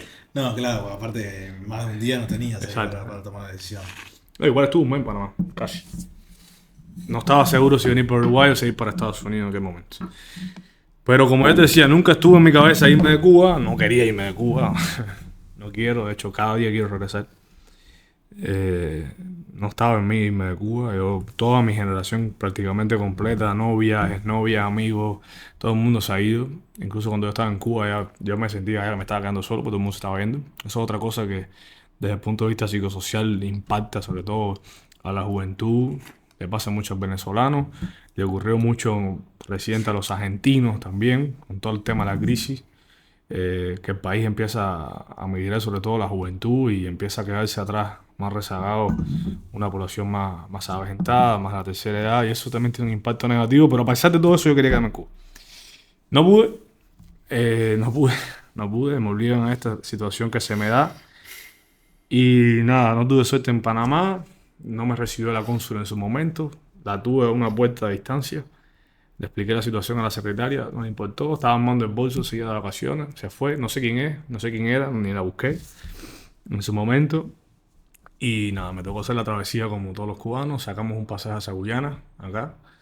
Un pasaje con una plata que logré que un hermano me sacara de Cuba, con mis padres que me hicieron llegar para poder pagar todo el tráfico de personas y lo que es el cruce fronterizo ilegal hasta Brasil. Y de Brasil llegamos a Rivera un 25 de junio del 19 a la 1 de la mañana con 1 grado, nunca se me va a olvidar. Y sin abrigo y sin nada, me estaba muriendo de frío, mi hermano también no entendíamos nada. Nada, a esa hora nos recibieron en Uruguay, nos solicitamos refugio, nos dejaron pasar. Hoy tengo el estatus de refugiado político, por suerte. Este gran país que me ha dado esa tranquilidad, esa oportunidad. A mi hermano también. 3 meses después, el consulado de Uruguay lo tuvo que visado a mis padres en La Habana. El régimen decide dejarlos ir. Después que pensamos que más nunca nos íbamos a ver. Fueron 3 meses agónicos, de mucha incertidumbre, de no saber qué iba a pasar con la vida de ninguno de nosotros. Y bueno, logramos reencontrarnos acá en Montevideo y lo demás es historia. Qué lindo. Sí, sí. O sea, obviamente no todo lo del medio. Sí, pero vale la pena. O sea, todo pasa por algo y eso, todo lo que me ha pasado a mí ha ayudado también a ser quien soy hoy, a conocer personas que he conocido. Uruguay me ha enseñado mucho también, esa es la verdad. Me ha aprendido mucho, muchas cosas que sé que el día de mañana, cuando Cuba sea libre, que lo va a hacer, voy a poder llevar a mi país y implementar allá. Otro día te voy a preguntar sobre el tema del choque cultural, pero hay una pregunta que tengo acá, ¿no? Con un O sea, mate en mano, ¿no? el choque cultural te voy a preguntar otro día, capaz en otro episodio, pero hoy te voy a preguntar. Viniendo de un gobierno, entre muchas comillas y pinzas, de izquierda, comunista, hoy en día, ¿qué pensás de la izquierda? Mira, ¿Le tenés aversión? no, ¿O es no. Mira, te voy a poner un ejemplo bien básico para que sea, para no hacerlo tan aburrido. Yo tengo buenas amistades en este país. Eso es algo que me ha dado Uruguay.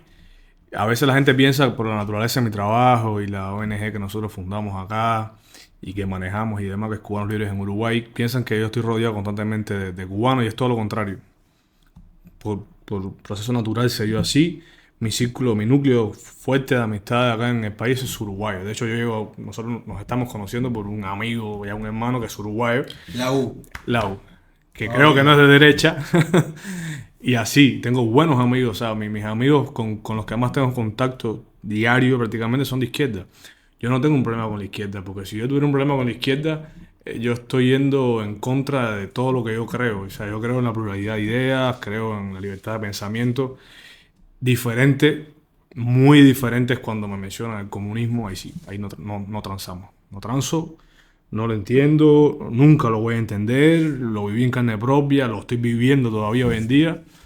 Es como el nazismo, lo coloco en el mismo peldaño, no, perdón.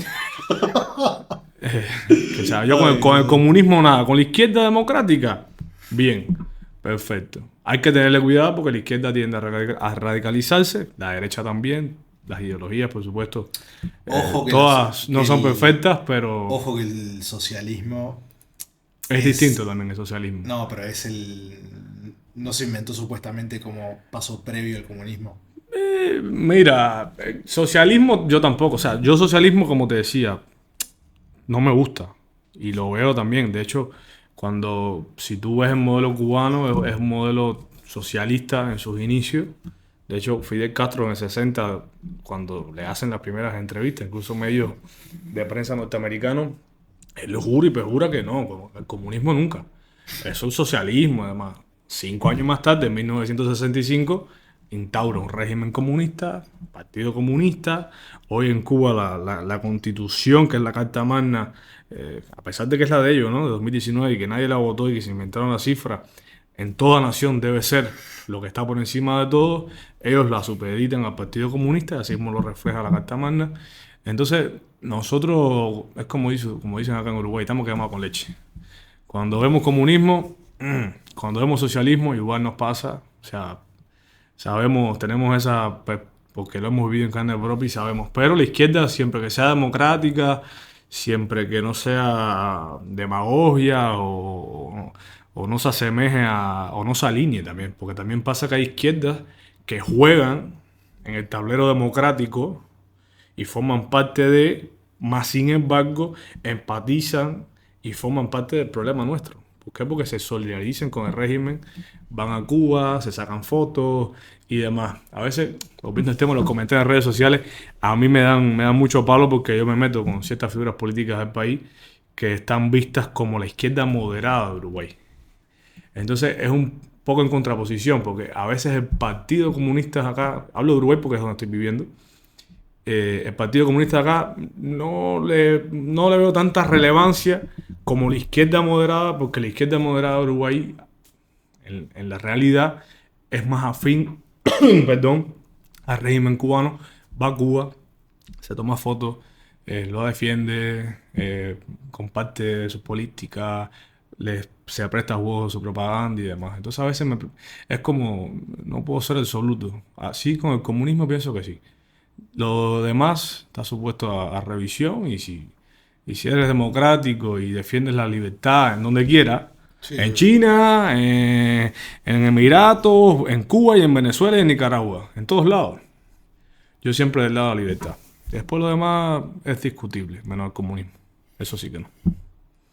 Por ahí no voy. No, está perfecto y está bueno saber ese punto de vista, porque sí, en realidad uno pensaría que alguno está resquemado con leche, cualquier cosa que tenga que ver con izquierda podría, o derecha, en alguna dictadura de derecha, porque también todas las dictaduras malas, todo claro, tipo, capaz que uno se agarraría aversión a eso, porque hay un fenómeno político que sucede, por ejemplo, cuando está hoy en día también está Lula en Brasil, pero en su momento antes, cuando estuvo Lula, no, Dilma, perdón, era Dilma.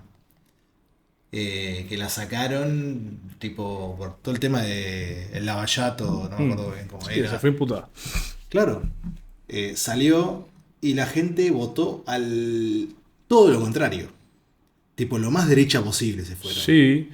Sí, y está pasando en la región, ¿no? Es que ese tema pendular y la historia es cíclica y se repite. Claro, pero ¿por qué pasa eso? Porque tipo se recalientan con la izquierda o con la derecha según el partido que esté en ese momento y van a todo lo contrario. Sí, por eso somos tan privilegiados, Alan, de vivir en Uruguay, que está pasando increíblemente todo lo opuesto a lo que está pasando en el hemisferio occidental. O sea, mientras los países vecinos nuestros están yendo en el péndulo de la izquierda radical, promotora del socialismo, corrupta, o la derecha extremista, o las nuevas corrientes libertarias que, con todas sus razones o no, a veces se ponen en la antípoda, digamos, de la izquierda y del socialismo, Uruguay va hacia el centro cada vez más. Y eso a mí me llama la atención, pero me gusta, tengo que decirlo. Buenísimo. Yo veo que la gente se queja, por ejemplo, de la similitud. Estamos recientes de un debate presidencial. No, que se parecen mucho los candidatos, que nadie dice nada, que todo es distinto. Y yo por dentro me digo, si ellos supieran cuánto los envidio, una envidia buena, ¿no? Cuánto los envidio, ¿no? De que más allá de la polarización y las chicanas en redes sociales, los que de verdad pueden eventualmente ocupar un rol de liderazgo, comparten básicamente en los grandes temas, ¿no? No tanto así en el tema de política exterior, pero bueno, igual eso se puede ir viendo, pero en la práctica, no en lo concreto. Uruguay va hacia el centro cada vez más. O sea, no se está como... No hay dos candidatos en las antípodas. No hay una izquierda rancia, radical, ni una derecha facha que vaya camino a un Pinochet. Entonces eso a mí me encanta y por eso fue que siempre digo que mira que tuve la suerte de elegir bien dentro de lo que es Latinoamérica, ¿no? Latinoamérica tan complicada cada vez más, de poder vivir en el país más democrático de la región, con sus efectos y sus virtudes, pero estamos en... Eso hay que valorarlo. Lo que pasa es que ustedes también lo tienen ya como muy asumido, muy normalizado, a pesar de que la dictadura es reciente, lo tienen normalizado, lo tienen normalizado. Pero Es sí, reciente, pero yo con 31 años no nací en dictadura. No tengo ni idea. claro, sí, sí, sí. Sí, digo por reciente, teniendo en cuenta No, a nivel otras contemporáneo. generaciones, que Sí, Uruguay, desde el obvio. punto de vista poblacional, es una población, una pirámide constrictiva, es una población que es avejentada. Ahí también hemos jugado un rol principal nosotros, los migrantes, de también venir a dar ese aporte, ¿no? Que la migración nuestra, la migración venezolana, sobre todo, que son las más grandes, son migrantes jóvenes que vienen a formar familias y demás, están revirtiendo un poco también la tendencia esa de Uruguay de irse hacia una sociedad avejentada y todos los problemas que traen consecuencias, ¿no? Eso desde el punto de vista de futuro de la prevención social, las jubilaciones, los aportes y quién va el día de mañana a poder pagar las jubilaciones nuestras o cargar con el peso. Es una bomba de relojería, básicamente. Sí, sí, pero bueno, incluso creo que el censo del INE reveló eso, el último que se hizo, y hay artículos en El País y otros medios de difusión de periodismo de investigación que dicen eso, que Uruguay iba a decrecer y justo gracias al impacto de la migración cubana, venezolana y creo que en parte argentina también, no llega a decrecer, sino que se Dominicana mantiene. también. Sí, pero la pena que la población dominicana bajó bastante de lo que fue 2016, 2015, como que bajó un poco más. Hoy en día los que más están migrando hacia Uruguay son venezolanos y cubanos y argentinos, pero bueno, los argentinos migran con un contexto diferente, ¿no? Por crisis y demás, y escándalos y demás, y más manejo de años, pero no bajo contextos autoritarios como es el caso de Venezuela y Cuba. Bien. Bueno, vamos cerrando por hoy. Sí, Primero porque llevaba mucho tiempo y segundo porque tengo mucho sueño. Hoy no estoy tan avispado hoy con las preguntas, pero realmente me parece que igual no importa porque vos supiste llevar el hilo bien, supiste contar las cosas importantes. Cada pregunta venía con una respuesta elaborada, larga y interesante sobre todo, porque la realidad es que si bien uno puede escuchar cosas sobre Cuba, sobre una dictadura, sobre un régimen autoritario, uno en realidad no se lo imagina. Mismo es difícil imaginárselo, incluso vos diciéndolo, porque uno dice, pa, qué locura, o sea, yo no me imagino, tipo, ni la mitad de las cosas que contaste. es heavy, es complicado. Y está, a ver, o sea, yo hablé de política y eso, pero en realidad, a ver, yo tengo amigos de izquierda, de derecha, de centro, de lo que quiera, está todo bien. Sí, más Yo, aquí en este país. está, simplemente como diría el pelado Fonseca de Solo Fonseca, que era ex de VisualPolitik, no sé si lo ubicás, No, no. después te lo voy a pasar, te va a encantar. Eh, la gente de izquierda y de derecha también hay estudios, o sea, no quiere decir que esto esté 100% comprobado, pero hay estudios que el cerebro de una persona de izquierda y de derecha es distinto, no ni mejor ni peor, distinto, está cableado distinto, y hay investigaciones que yo después en algún momento voy a pasar el video, pero es muy bueno. Está, yo respeto, hay cosas de izquierda que me gustan, hay cosas de derecha que me gustan. Eh, Me inclino un poquito más hacia la derecha, pero soy sobre todo de centro, soy bastante tibio en algunas cosas. Nada, no sé por qué estoy diciendo esto, pero no importa. Te agradezco pila Está de bien haber estado igual, acá está bien y igual. quiero que cierres el capítulo con lo que quieras decir, ya sea de la ONG, de tu emprendimiento, de tus redes, o un mensaje que quieras dar, o todo junto, o lo que quieras.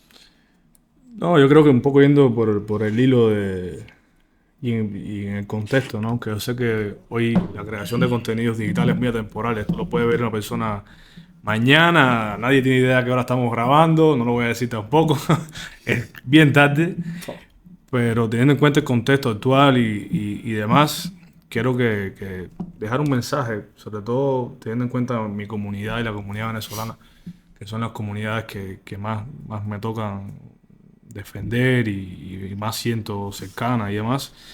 es lo que siempre digo cuando tengo la oportunidad. El primer mensaje es de agradecimiento con Uruguay, con su gente primero que todo, de izquierda y de derecha, de los dos lados. No hay izquierda ni derecha ni de centro, con Uruguay. Por la oportunidad, por ser una casa para nosotros en momentos tan difíciles, sobre todo para los cubanos, venezolanos, que tenemos que salir huyendo de nuestros países, que estamos sin país, que estamos lejos de nuestra familia. Encontrar cobijo acá al sur del continente en un país tan pequeño, pero tan grande en otras cosas, es lo principal. Y decir nada, o sea, comprendan, traten de entender y decir que nada, son ya casi 5 o 7 años de una migración masiva, de un contexto difícil, pero tenemos mucho para aportar a este país. La mayoría, por no ser absoluto, venimos de buena intención, venimos a aportar a este país, a trabajar, a echar para adelante, a tratar de ayudar a los nuestros que dejamos atrás, siempre, a tratar de recuperar desde acá, aprender de ustedes lo más que podamos para poder implementar luego en nuestros países cuando vivamos en libertad, y eso lo vamos a hacer agradecer el día de mañana y que entiendan que muchos de nosotros, y yo, hablo por mí, sentimos este país ya como nuestra segunda patria. O sea, yo, por Uruguay, realmente yo me siento de acá, parte de acá. Hemos hecho esta entrevista con un mate, pero más allá de eso, tengo ya muchos amigos. Cuando llega 5, 6, 7 años, es increíble. Muchos han tenido sus hijos acá. Hay una frase de nuestro apóstol nacional, Josiah Paso fue cónsul honorario 12 años de Uruguay en Nueva York. José Martí tiene su calle también acá en Uruguay, dijo que patria no es donde nace, sino donde meces la cuna de tus hijos. Yo creo que eso es una frase también que habla un poco y puede resumir también el sentimiento de pertenencia que tienen ya las comunidades que han sido desplazadas hacia el Uruguay. Y nada, esperamos que poder volver a Cuba o poder volver a Venezuela próximamente, pero sobre todo nada, llevarnos eso, el agradecimiento, y que ustedes que sean conscientes y dimensionen que desde el punto de vista del apoyo, el rol que están cumpliendo es grande, porque ya no es solamente Estados Unidos, sino que Uruguay se ha convertido en la casa de nosotros, de los cubanos y los venezolanos. Bueno, entonces yo agregar nomás que, por lo menos de mi parte, y creo que hay, no voy a hablar por nadie, voy a hablar por mí. O sea, de mi parte, contento de que puedan venir acá, de que puedan trabajar acá, que puedan escapar de la actual, espero que no futura, pero actual basura de gobiernos que tienen ahí, que puedan saber lo que es la libertad, lo que es o sea, poder hacer su dinero, vivir de una manera digna, laburar, conocer otras culturas, y yo creo que eso también les va a servir un poco para cuando vuelvan a hacer las cosas distinto.